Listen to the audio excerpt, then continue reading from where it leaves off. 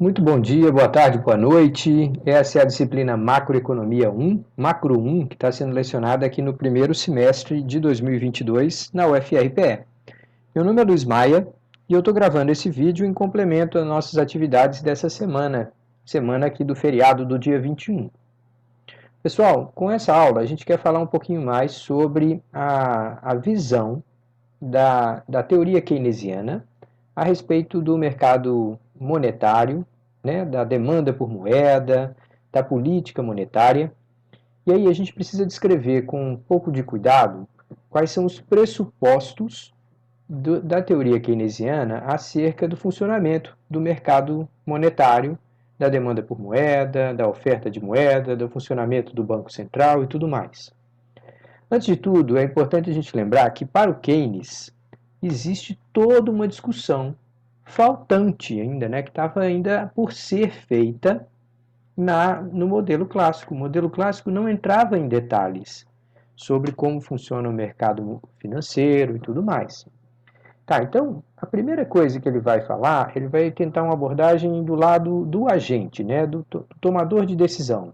Qualquer um de nós teria a opção na nossa vida diária, na nossa vida cotidiana, de alocar a nossa riqueza financeira, representada aqui pela expressão WH, né, do termo em inglês wealth, nós teríamos a opção de escolher entre reter parte dessa riqueza na forma de títulos, representado pela letra B do inglês de bonds, ou de reter moeda, recursos líquidos, né? Então aqui a gente faz uma opção sobre quanto investir e o quanto mantém recursos totalmente líquidos. Aqui, gente, por favor, cuidado com a expressão que eu usei aqui, investir, porque aqui, na verdade, são aplicações financeiras, né? Não necessariamente a gente está falando de algo que vai se converter em mais máquinas e equipamentos lá para movimentar a economia, tá? Então, a opção de cada um de nós, de cada agente tomador de decisão, é escolher a composição dessa carteira, né? De quanto de título que a gente vai manter e de quanto de moeda que a gente vai escolher. E essa escolha tem muito a ver com o termo liquidez. Liquidez é a propriedade que um ativo financeiro tem e que essa propriedade mede o quanto que é fácil converter aquele recurso, aquela aplicação ou aquele título, seja lá o que for, em uma moeda transacionável, sem perder valor. Então, só para dar o exemplo que nós já discutimos em sala, né? Se alguém compra um CDB, se a gente compra um título do Tesouro Nacional, a gente até pode usar aquele recurso a qualquer momento, mas a gente teria que vender o título, corre risco dessa venda não ser um bom momento para vender, a gente pode perder algum dinheiro, e aí a gente, na tentativa de converter aquela aplicação financeira em moeda para fazer alguma transação, a gente pode perder valor. Então, aquele não é um título tão líquido, né? Se a gente tiver, por outro lado, uma aplicação que você pode se desfazer a qualquer minuto, tendo até aquele momento, né, a taxa de retorno proporcional ao prazo que havia sido contratado, então você não teria perda, né? Você só acrescentaria os juros até o dia anterior, tá? De toda forma, a moeda é considerada livre de risco, né? Livre desse risco de falta de liquidez e de perda de valor.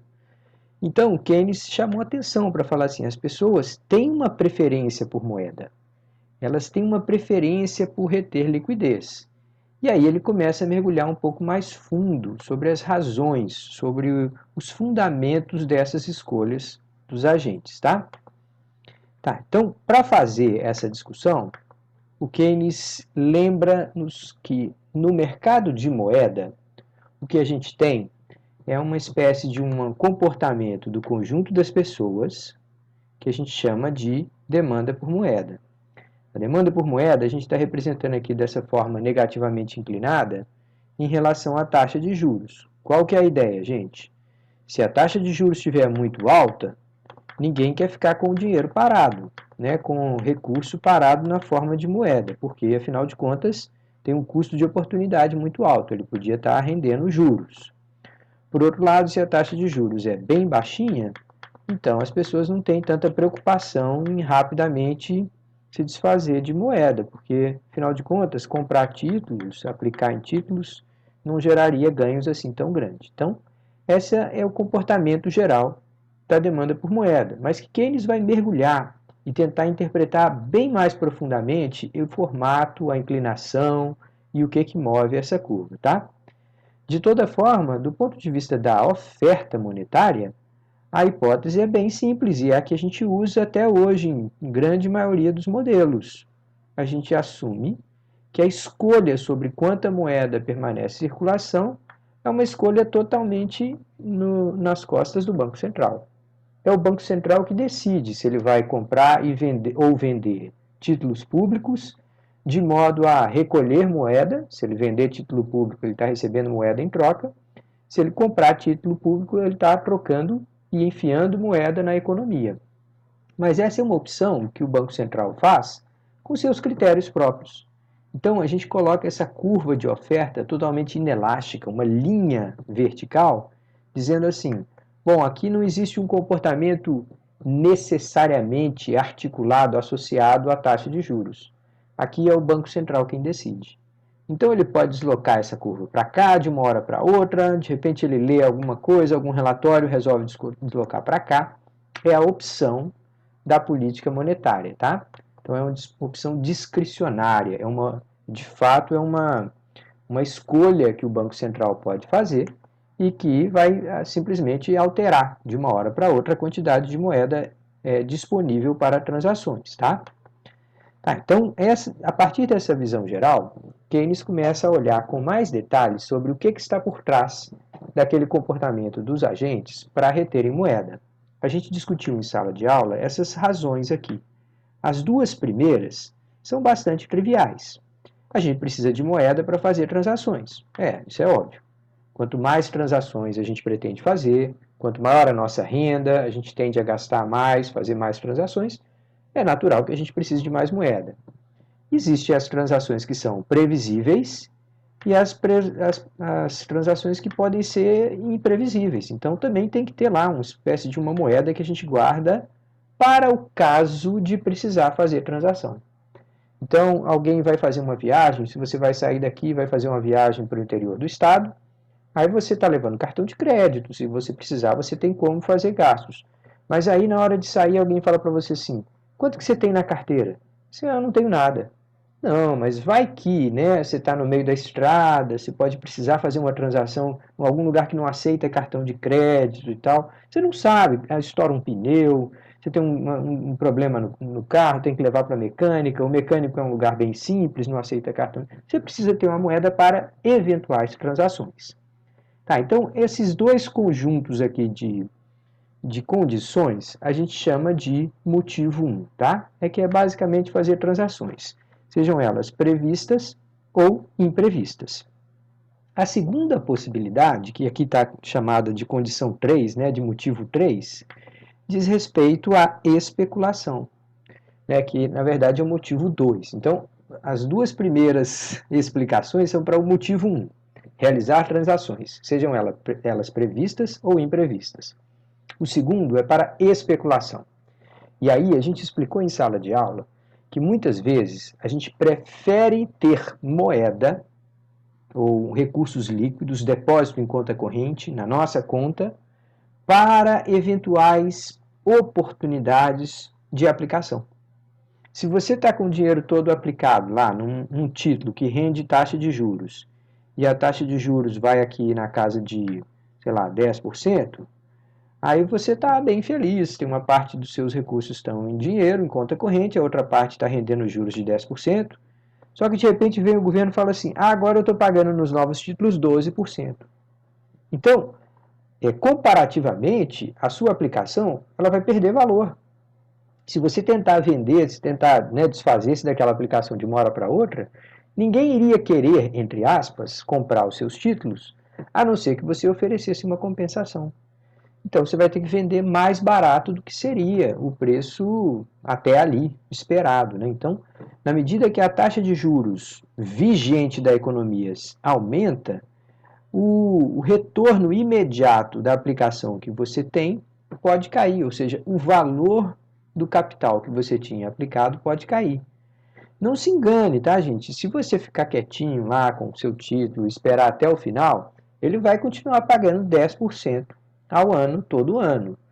Acontece que se você precisar sair antes, se você precisar se desfazer daquele título, e aí, naquele momento, ele vai estar muito desvalorizado. Por quê? Porque as taxas que estão sendo negociadas naquele momento são muito melhores do que a do seu título. Então, você pode ter uma perda no valor do seu patrimônio conforme a taxa de juros vigente na economia se altera. Se isso é verdade, então é natural pensar que muitas vezes os agentes podem ficar retendo uma parte da sua riqueza financeira na forma de capital, de dinheiros, de recursos líquidos, né, de moeda, para escolher melhores títulos, para aproveitar oportunidades no mercado financeiro. Então, o que está por trás dessa história toda é a visão de que, embora o seu patrimônio possa ser dividido aqui na parte que você mantém recursos líquidos, que a gente está chamando aqui de moeda, na parte que você retém na forma de títulos, que poderiam ser convertidos em moeda, mas que tendem a ter menor liquidez e que você pode perder uma parte do valor se precisar liquidar. Então, além de ter essa visão, a gente precisa pensar no retorno. Ora, qual que é o retorno em recursos mantidos em moeda? A moeda não rende juros, então aqui o retorno é zero. E qual que é o retorno esperado nos títulos? Aí tem duas partes. A primeira parte é a renda de juros, é o pagamento de juros. A outra parte é o ganho de capital ou perda de capital que podem acontecer conforme a taxa de juros vigente, né? Não aquela que você contratou no momento da compra do título. A taxa de juros vigente pode mudar e gerar perda no seu patrimônio, ainda que aquelas perdas fossem temporárias. Tá, então, o que o Keynes diz é assim: existem razões por que as pessoas podem preferir reter moeda que não seja apenas transações. E isso tem muito a ver com a ideia de especulação. Mas para transformar isso num comportamento que descreva a demanda especulativa por moeda, o que Keynes faz é pensar o seguinte: os investidores têm uma concepção relativamente fixa da taxa de juros, uma taxa de juros considerada normal. Então é como se cada um de nós olhássemos para o mercado financeiro e falássemos assim: quanto que é a taxa de juros hoje? Ah, a taxa Selic hoje está perto de 12%. Então a gente olha e fala assim: ah, não, isso está mais alta do que o normal. Então, na minha concepção, aquele é o momento em que a taxa de juros está alta demais. Para um outro investidor, ele pode olhar para o mercado e falar assim: quanto que é a taxa de juros agora? Ah, está 12%. Ele fala assim: não, está mais ou menos o que eu considero normal. Eu tenho uma visão de muito longo prazo da economia brasileira. Eu sei que a taxa Selic já teve a 15%, a 18%, a 20%, até a 40%. Então, 12% é mais ou menos uma média dos últimos 30 anos e tal. Então, para cada investidor, existe aquilo que é considerado uma espécie de um parâmetro normal, tá? Só que isso é uma noção psicológica, subjetiva de cada investidor.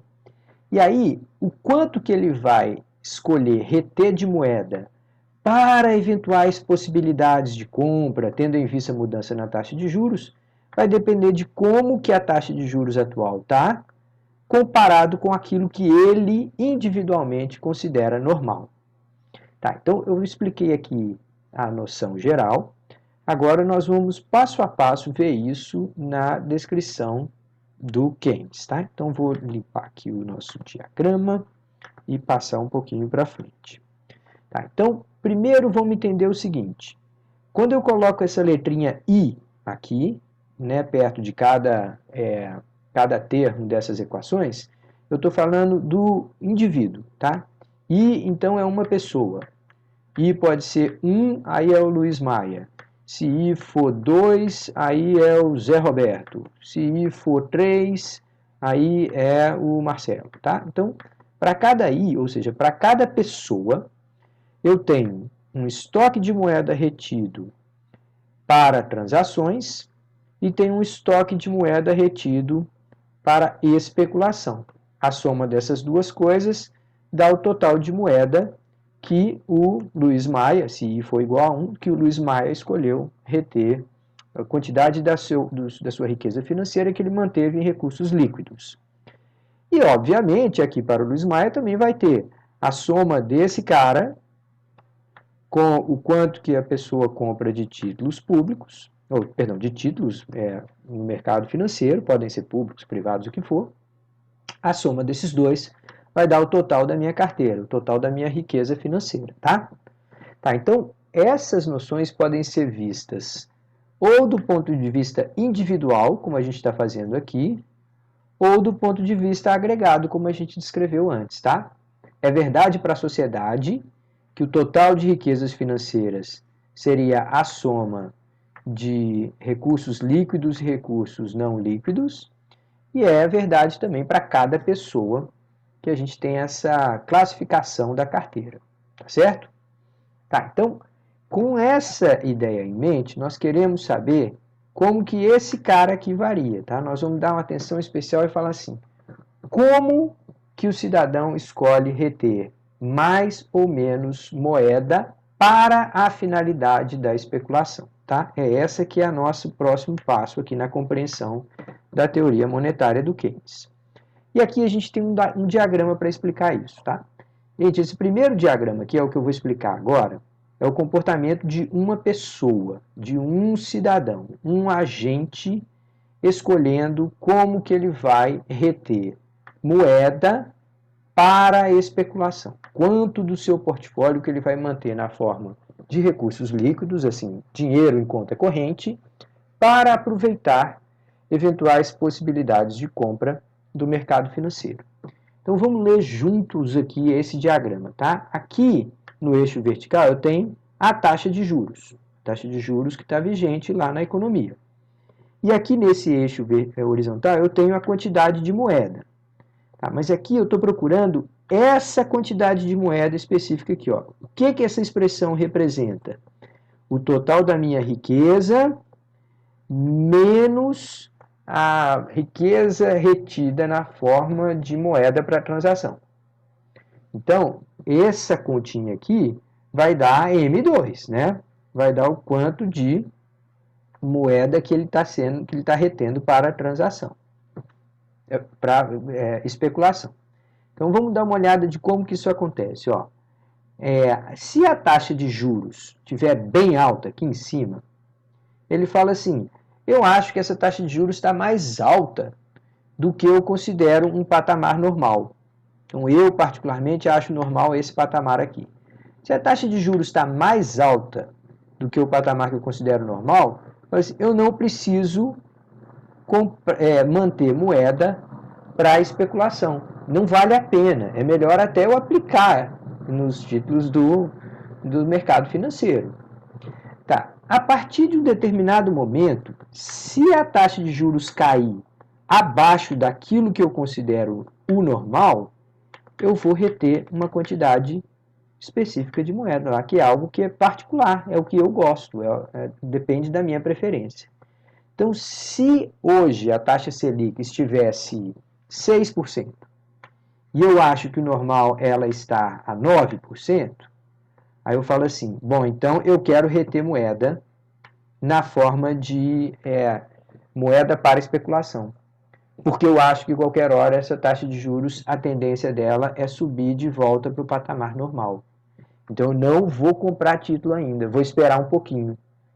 Se a taxa de juros estiver acima desse patamar que eu considero normal, eu falo assim, a tendência é que ela caia. Então é melhor eu comprar o que eu tiver agora de título. Porque os títulos que eu comprar agora vão estar pagando uma taxa de juros que não é normal, que é excepcionalmente alta. Portanto, não tem nenhum motivo para ficar retendo moeda esperando o título aumentar. Na verdade, o que eu deveria é usar toda a moeda que eu tiver para comprar título. Então, do ponto de vista individual, o sujeito tem lá em mente um certo patamar que ele considera a taxa de juros normal. Se tiver acima, se a taxa de juros no mercado estiver acima daquele patamar, ele não retém moeda para especulação. Se tiver abaixo, ele fala assim, aposto que daqui a pouco essa taxa de juros vai subir.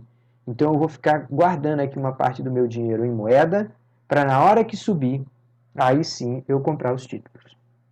Tá, então, esse comportamento aqui, se for individual, se for dessas duas fases, né, ou compra ou não compra, ou mantém ou não mantém um certo estoque de moeda para especulação, se a gente desenhar isso para todos os agentes da economia e somar um com o outro, como que funciona, o outro está aqui, o outro está mais para cá, o outro está mais para cá, cada um com uma inclinação, perdão, cada um com uma distância desse eixo e tal. Se eu somar todos os comportamentos individuais dos agentes, eu vou encontrar uma curva de demanda por moeda para especulação que é negativamente inclinada, que é nesse formato aqui. Então, a soma de todos esses L's aqui, desses formatos esquisitos de cadeira que você está vendo aqui, como cada um tem uma inclinação, na média a gente vai ter, na verdade, pontinhos assim, ó. Essa curva vai ficar vários pontinhos, uma nuvem de pontinhos assim, e se a gente quiser unir todos esses pontinhos, a gente tem uma curva de demanda negativamente inclinada. Agora, é engraçado que essa é uma explicação muito sofisticada, muito detalhada, para algo que muitas vezes a gente toma como certo, de maneira intuitiva. A gente fala assim, olha, na verdade o que acontece é que considerada a possibilidade de juros, os juros sendo mais altos, a gente retém menos moeda. No motivo transação, a gente tem esse comportamento. Ó, quando os juros é mais alto, a gente retém menores quantidades de moeda, porque, afinal de contas, pode ganhar juros na aplicação com títulos financeiros. Quando a taxa de juros é mais baixa, a gente tem uma disposição maior a reter moeda. Afinal de contas, o custo de oportunidade não é tão alto. A gente não ia ganhar tantos juros assim se mantivesse na forma de recursos financeiros. Então, esse comportamento aqui para a demanda especulativa por moeda é, na verdade, muito parecido com o comportamento que a gente assume intuitivamente na demanda para transações, tá? Então, o que nós estamos vendo é que o Keynes mergulha para a compreensão bem profunda da psicologia dos agentes envolvidos, melhora com isso muito a explicação do comportamento do agente financeiro, mas do ponto de vista do resultado, não se altera tanto assim o que a gente tinha visto comparado com a intuição geral sobre demanda por moeda, tá? Tá. Tem um caso especialmente interessante para todo mundo que discute a teoria geral, a teoria keynesiana. Um caso particularmente interessante é o caso da armadilha da liquidez. Então, o que se trata isso aqui, gente? Tem muita discussão sobre isso aqui, tá? Mas toda vez que a economia fica com muito pessimismo, numa recessão muito profunda, e que os agentes estão muito temerosos de tomar dinheiro emprestado para começar novos empreendimentos, para iniciar novas empresas, mesmo que o Banco Central reduza muito os juros para ver as pessoas tomarem dinheiro emprestado e começar a gastar, as pessoas não fazem. Então, os agentes acabam retendo moeda, moeda e moeda. Eles falam, não quero ir lá e tirar dinheiro emprestado para gastar. Eu tenho medo de gastar. Então, as tentativas do governo, em determinadas circunstâncias extremas, tentativas do governo de estimular a economia com redução de juros, tem um limite. Chega uma hora que não consegue. A gente viu isso na crise de 2007 e 2008, né? A crise principalmente que eclodiu lá, a crise financeira americana de 2008. Ali o que aconteceu é que depois de uma queda muito forte no valor dos ativos imobiliários, e muita gente tinha especulado, tinha comprado imóveis, segundos imóveis para alugar, para vender e tal, criou-se um pessimismo muito grande na economia. E aí mesmo o Banco Central reduzindo os juros para zero, ninguém queria tomar dinheiro emprestado e fazer investimento. Então, essa é uma discussão que vai voltar com muita frequência. Por quê? Porque essa discussão não é tratada sob a ótica dos clássicos. É só a partir de uma compreensão mais profunda do comportamento do mercado financeiro que a gente consegue entender esse fenômeno da armadilha da liquidez, tá? Então esse é um problema, ainda é uma discussão viva hoje em economias que têm crescimento muito baixo, que estão estagnadas há décadas, que as pessoas são muito pessimistas em relação ao crescimento. O Banco Central ele se sente pouco capaz de estimular a economia, mesmo que ele reduza bastante a taxa de juros, ok? Tá, então a gente vai voltar a essa questão em breve. Brevemente a gente volta a falar sobre esse assunto. Tá, de toda forma, vamos retomar aqui a nossa discussão sobre demanda por moeda, a demanda total por moeda, e como que ela lida, como que a gente vai expressar isso numa forma de um equilíbrio entre mercado monetário e mercado de títulos financeiros, tá? Tá, então aqui agora a gente está expressando a demanda por moeda na economia como um todo, seja lá para quais fins que a gente estiver falando, tá? Na economia keynesiana, a gente diz que a demanda por moeda é uma função da renda, porque nos dá a medida do número de transações que vai ser realizada, daí o número cada vez maior de necessidade de instrumentos monetários para fazer essas transações, e também vai depender da taxa de juros. A descrição mais simples que a gente tem da curva de demanda por moeda é essa que vocês estão vendo aqui, ó. Então, você precisa de uma certa quantidade de moeda independente de tudo, que é para fazer as mínimas transações que qualquer pessoa precisa fazer. Depois tem uma tendência a reter mais moeda conforme a renda aumente, no sentido de que você tem que fazer mais transações. Então, esse coeficiente C1 é um coeficiente positivo. O que isso quer dizer? Quer dizer que se a renda aumentar, a quantidade de moeda necessária para fazer transações com aquela renda maior aumenta. E existe um C2 aqui. O coeficiente é positivo, mas antes dele aqui ó, tem um sinal negativo. Então aqui é para expressar o efeito da taxa de juros. Se a taxa de juros aumenta, fica caro reter moeda. Então a tendência é que você vá se desfazer de moeda e vai tender a comprar mais títulos financeiros para aproveitar aquela taxa de juros, tá?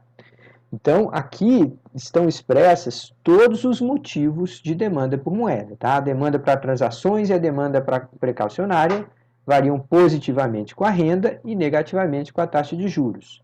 A demanda especulativa por moeda está negativamente relacionada à taxa de juros, tá? Então, até aqui a gente está só confirmando, só que de uma maneira agregada, tudo que a gente já descreveu, tá certo? Tá. Só que essa é a demanda por moeda. A gente vai precisar encontrar com a oferta por moeda. Então, sabendo, como a gente já descreveu, que a oferta de moeda é uma determinação do Banco Central, é ele quem decide. Então, na hora que a demanda por moeda e a oferta por moeda se encontram, a gente tem a fixação de uma determinada taxa de juros. Então, a gente quer tanta moeda. Ah, sim, mas o governo está oferecendo mais. Se o governo oferecer mais, a moeda fica abundante. Com isso, as pessoas não consideram que seja caro obter moeda. Está fácil de conseguir moeda. Está fácil de conseguir empréstimos. Está fácil de conseguir. Então, ao colocar mais moeda em circulação, é a mesma coisa que o Banco Central ir lá e comprar de volta os títulos. Se ele está comprando de volta os títulos, a tendência é que o preço dos títulos subam. Então, aquela visão que a gente descreve da demanda por moeda e a demanda por título é algo que a gente já discutiu em sala de aula. Eu vou resgatar aqui rapidamente, tá, gente? Só para a gente ver que isso aqui são duas faces de uma mesma moeda, pedindo desculpa aqui pelo trocadilho, tá? Mas então a gente tem aqui a demanda por moeda. Se o Banco Central vai lá e recolhe moeda de circulação, como é que ele faz isso? Como é que ele tira moeda de circulação? Ora, ele faz isso aumentando a oferta de títulos. Ao vender títulos, ele está recolhendo moeda. É a mesma ação, é uma ação só. Para tirar a moeda de circulação, o que ele faz é vender título. Ele entrega título para os agentes e ele toma a moeda e guarda no seu cofre. Então, é a mesma ação representada de duas formas. Só que se eu estou vendendo título demais, colocando um monte de título em circulação, a tendência é que os preços dos títulos caiam. E aí eu volto a falar aquela ideia dos preços do título cair, isso é a mesma coisa que a taxa de juros subir. Se eu vou lá e peço dinheiro emprestado para você, te entrego um papel dizendo, eu, Luiz Maia, vou pagar ao detentor desse título R$ 1.000 daqui a um ano. Aí se você me oferece 800 para comprar esse título agora, então você vai ganhar 200, né? Vai investir 800, mas vai ganhar 200. 200 comparado com 800 dá 25%. É um baita do retorno.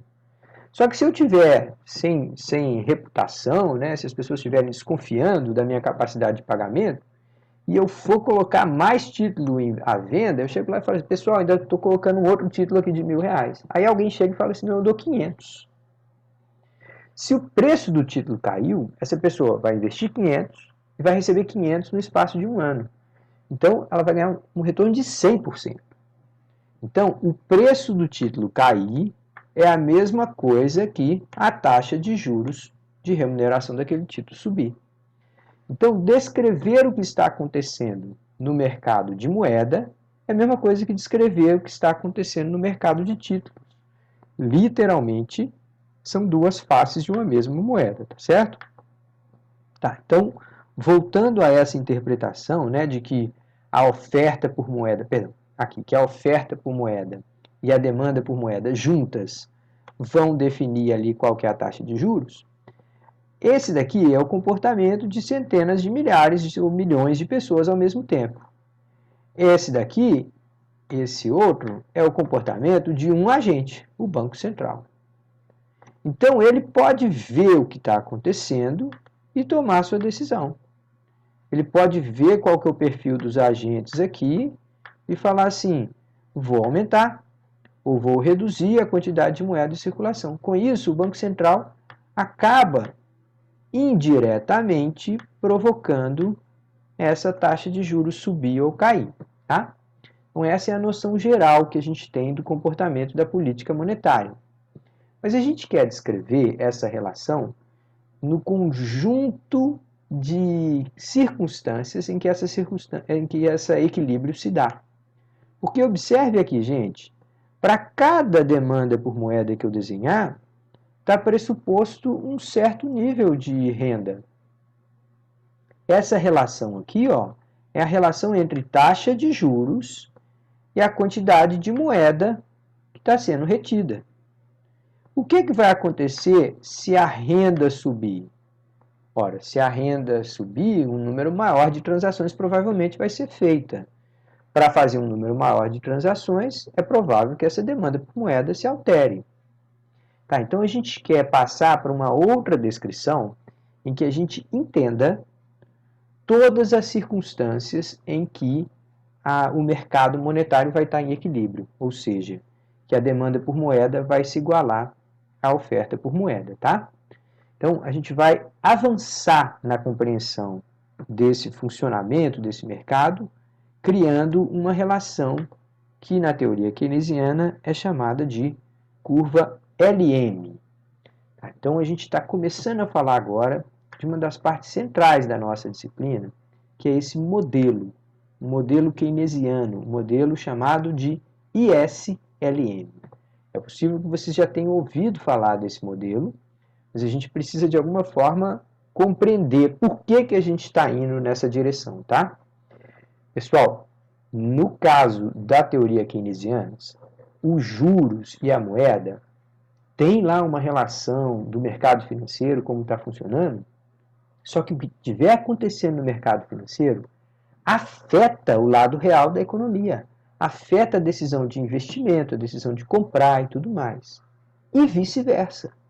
O lado real da economia, a decisão de consumo de uma pessoa, se vai comprar uma geladeira, se vai adiar a compra de um automóvel, tudo isso vai afetar a demanda por moeda, a aplicação financeira, o conjunto de recursos que estão sendo tomados e emprestados dos bancos e tal. Então, esses dois lados vão interagir na construção de um modelo que é um modelo de equilíbrio em vários mercados. Um equilíbrio no mercado de bens, no sentido de que não há sobra, não há estoque se acumulando, nem há falta, né, produtos que não estão sendo encontrados nas prateleiras. E, por outro lado, um mercado de moeda em equilíbrio, em que não está tendo uma corrida bancária, não está tendo dificuldade para fazer investimentos, não está faltando dinheiro para investimentos e tal.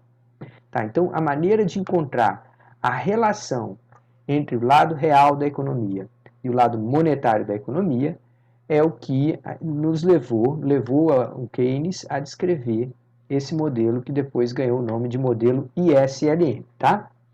Ele permite registrar os valores de taxa de juros e de renda que equilibram simultaneamente o mercado de bens e o mercado monetário.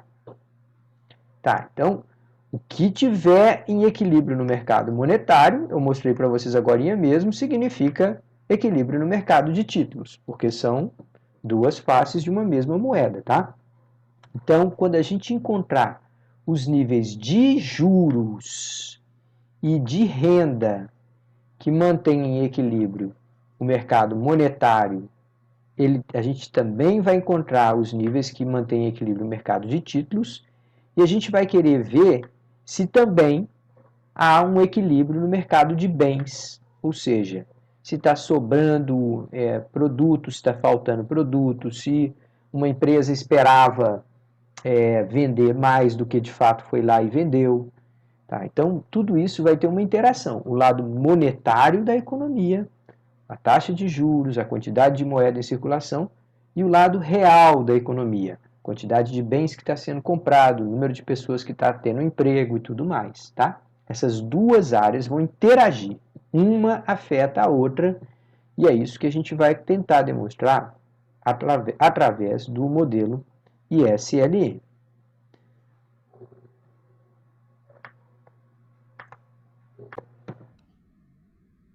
Pois bem, então vamos lá. Vamos lembrar que a demanda por moeda é uma função da renda e da taxa de juros. A gente já mostrou essa expressão aqui. A gente também já mostrou uma forma linear da demanda por moeda, né? Representada aqui através dos coeficientes C0, C1 e C2, sendo que todos eles são positivos. O efeito da taxa de juros sobre a quantidade de moeda demandada é inverso, né? Tem esse sinal negativo aqui para a taxa de juros, mas tem um sinal positivo para o nível de renda. Quanto maior o nível de renda, maior o número de transações, provavelmente maior a quantidade de moeda que é demandada para fazer isso. A condição de equilíbrio vai acontecer quando a oferta de moeda for igual à demanda por moeda. Então, aí a gente pode substituir esse termo aqui, ou tirar esse termo da história e igualar o quanto que o Banco Central levou ao mercado, deixou circular no mercado, e o quanto que os cidadãos coletivamente queriam reter de moeda, tá? Então, a condição de equilíbrio relativamente trivial aqui, que a gente está só igualando demanda e oferta por moeda, tá? Tá, então, vamos começar daqui, ó. Aqui a gente tem a oferta por moeda, que é uma linha reta, como a gente sempre diz, e tem a demanda por moeda, que é negativamente inclinada. Agora, o que vai acontecer se a renda aumentar? Se o conjunto de bens e serviços e a renda que está sendo paga para produzir esses bens e serviços estiver aumentando. Ora, para o mesmo nível de taxa de juros, eu vou precisar de mais moeda para fazer transação. Então, eu vou ter um deslocamento da curva de demanda. Olha aqui, ó, passou de MDY0 para MDY1. Então, a gente, tendo uma certa quantidade de moeda em circulação, as pessoas buscaram mais moeda para fazer transação. Só que o Banco Central tinha lá mantido fixo a quantidade de moeda. Então, a moeda ficou relativamente mais escassa. Com isso, a taxa de juros subiu. As pessoas estão disputando moeda. Então, antes eu tinha aqui um nível de moeda de taxa de juros R0 e eu tinha uma renda Y0. Agora, quando a renda aumentou de Y0 para Y1, aqui na demanda por moeda, a gente viu um deslocamento para a direita dessa demanda. As pessoas querem mais moeda, porque com mais renda elas têm mais transações a fazerem. Se o Banco Central manteve a quantidade de moeda em circulação fixa, mais pessoas procurando moeda, vai tender a pressionar a taxa de juros para cima. Então a gente tem um deslocamento da taxa de juros de R0 para R1. Se a gente registrar apenas esses pontos, ó, aqui antes era R0 com Y0. Eu marquei um ponto A. Só que existe um outro ponto, R1, que está aqui, que é relativo ao nível de renda maior, Y1. Então, num diagrama que envolva taxa de juros e nível de renda, passando pela interpretação do que acontece no mercado monetário, eu tenho uma relação positiva entre taxa de juros e nível de renda. Qual que é a lógica, gente? A gente precisa interpretar o que significa essa curva LM. Antes de fazê-lo, só mostrar aqui, ó, que se tivesse ainda uma nova elevação de renda, dado uma quantidade de moeda em circulação, mais pessoas ainda disputariam a quantidade de moeda em circulação para fazer suas transações. Com isso, a taxa de juros, que reflete um pouco da escassez de moeda, né, a busca, a disputa por moeda para fazer transações, vai subir um pouco mais. Então, existe essa relação positiva entre taxa de juros e os diferentes níveis de renda, tá certo? Tá, mas vamos ser bem cuidadosos para realizar a interpretação da curva LM, que eu deixei aqui no próximo slide. Se houver níveis de renda maiores, é natural que ocorram mais transações, é verdade. Que, por sua vez, requerem moeda para serem realizadas. Você quer fazer mais transação, precisa de mais moeda. Se muitas pessoas precisam de moeda, elas precisam se desfazer dos seus títulos, desfazer de aplicação financeira, que vai cair o preço daqueles títulos, né? Títulos a preço mais baixo são a mesma coisa do que juros mais elevados. Então, todo mundo querendo moeda, ninguém querendo título, cai o preço dos títulos, e isso significa dizer que a taxa de juros que está embutida no preço do título está ficando cada vez maior. Rendas maiores e mais transações estão associadas a uma disputa por moeda e uma baixa busca por títulos. Nos dois casos, a gente está vendo a taxa de juros subir. Então, essa curva que vocês viram aqui antes, essa curva LM, representando a taxa de juros e o nível de renda, representa a ideia de que, dada uma certa oferta de moeda, conforme a renda seja maior, ela está associada a mais transações, e para fazer mais transações, dada uma oferta por moeda, uma quantidade de moeda em circulação, as pessoas vão disputar essa moeda, ou seja, os juros, que é o custo do dinheiro, vai subir conforme mais e mais transações estão sendo buscadas no mercado, tá?